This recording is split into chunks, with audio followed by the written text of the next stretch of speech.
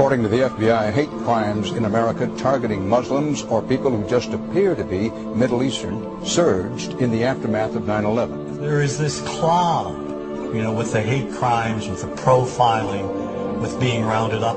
Again, I think this illustrates the power of film, that in spite of the reality, in spite of the material that we know to be true, we still embrace the mythology. The mythology is still a part of our psyches. Stereotypes take a long time to wither away. And for many of us, we're comfortable with our prejudices. We don't want to change. We've grown accustomed to this face.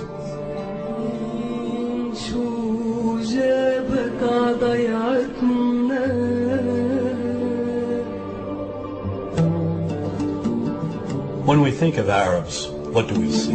What images come to mind? Do we see actual people?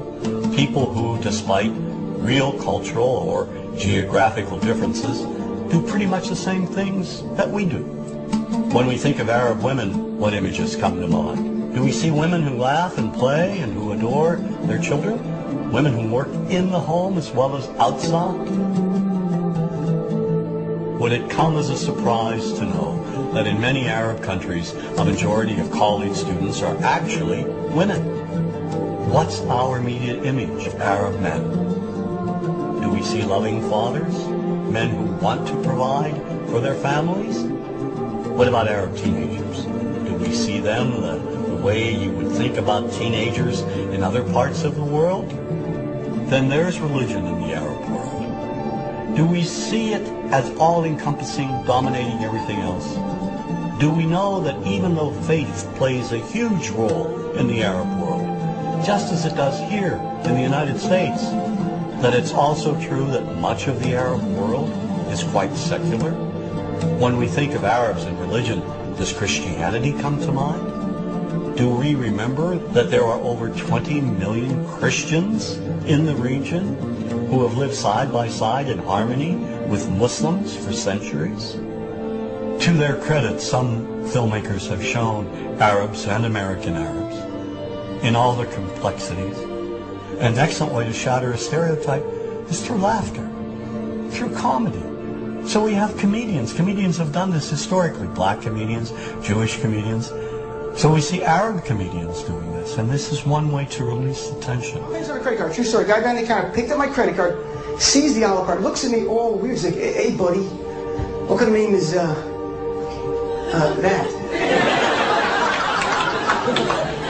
I'm like, "Well, sir, it's an Arabic name." He goes, what does this mean?" So I'm like, well, translate it to English. It means peaceful, friendly Arab. But he's not happy. He goes, "Yeah, what Arab country is your family from?" So I checked the most peaceful, popular one that he would like. So I'm like, "We're from the same Arab country that Aladdin is from." To his credit, Michael Moore in Fahrenheit 9/11 in the DVD includes a scene with this comedy coming out. My name really is Ahmed, and I can't fly anywhere. All you white people have it easy. You guys get to the airport like an hour, 2 hours before your flight. It takes me a month and a half.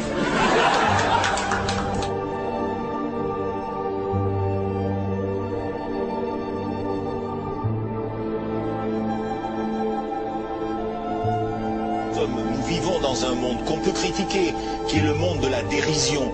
Vous le savez bien, et dans les médias, je dirais, le monde de la dérision, on se moque de tout.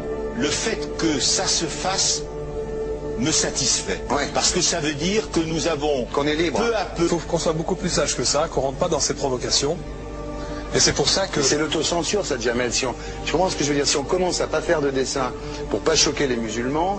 Non, c'est de l'autocensure. C'est la liberté d'expression. Pour moi, la liberté d'expression, la liberté d'expression et le respect font partie, sont mariés ensemble. Moi, je suis pour la liberté d'expression. Mais si je vais blesser une personne, pourquoi blesser la personne? Non, mais si moi j'ai envie de faire une caricature sur Mahomet ou sur un rabbin ou sur Jésus-Christ, il faut que j'ai le droit de le faire. Tu comprends? C'est ça la France. Quand tu sais que tu vas blesser 10 millions de personnes, pourquoi tu vas les blesser? Pourquoi? C'est la liberté, c'est ça. C'est la liberté de...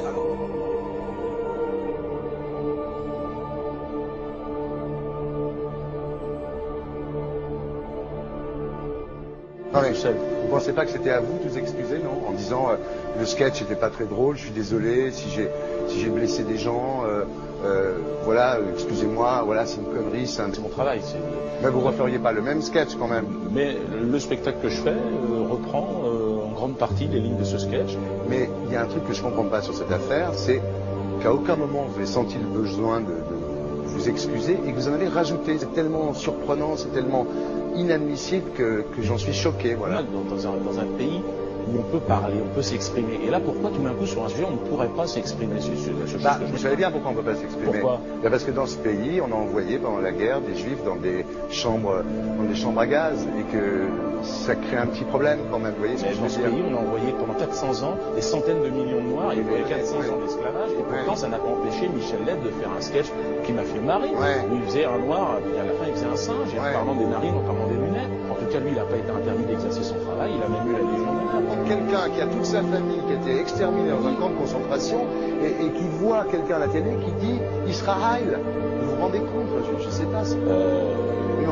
Il y a des moments où même si on connaît les gens, même si on les a invités, on leur...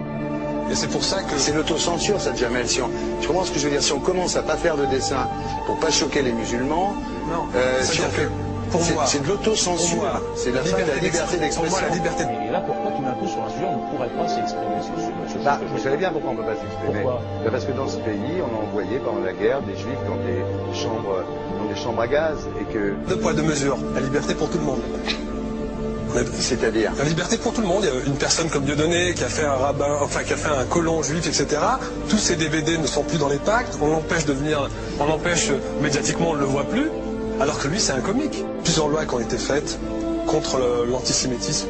Et moi, je fais un appel aujourd'hui de faire une loi contre l'islamophobie.